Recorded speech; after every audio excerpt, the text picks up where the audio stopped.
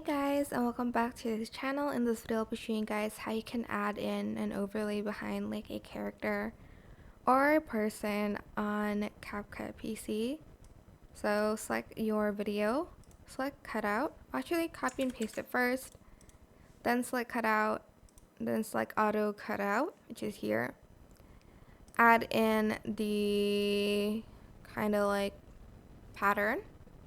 Then go to blend mode and choose like the pattern you want to add and select blend mode and kind of like blend it in with your video. Well, at least try to, and like select the one that suits your video the best, I guess.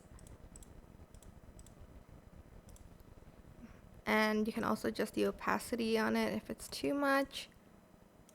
And yeah, that is it. I hope this tutorial was helpful for you guys. Don't forget to like, comment, share, and also subscribe to this channel if you haven't done that already. If you have any questions, just leave it in the comment section down below, and I will try my best to answer them all for you guys. And if you found this video helpful, please click the thanks button above the above the description box down below. Thank you so much for watching. Bye.